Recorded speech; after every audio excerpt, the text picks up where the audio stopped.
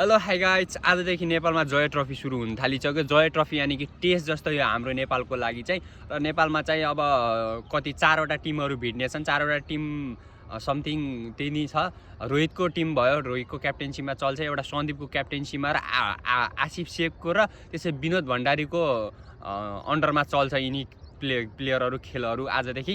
र सबै टिमहरू बबालै छ। पोहोर सालको टिममा चाहिँ हाम्रो सन्दीप लामिछानेको टिम सबैभन्दा डेन्जर रहेको थियो भने चाहिँ अहिले पनि अब हेर्ने भने सबै टिमहरू बबालै छ, कम्बिनेसनहरू सबै मिलेको छ।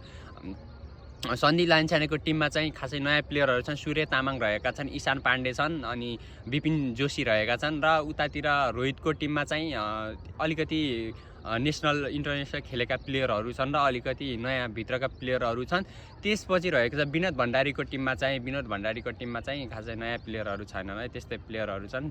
र आरिफ शेखकोमा पनि त्यस्तै छन्। अब सोमपाल कामी जस्तो प्लेयरहरू सबै डिस्ट्रिब्युट गरेको छ, सबै टिममा बाँडेको छ। तर सन्दीपको टिममा भने नयाँ प्लेयरहरू मात्र छन्, पुरानो प्लेयर कोही छैनन्।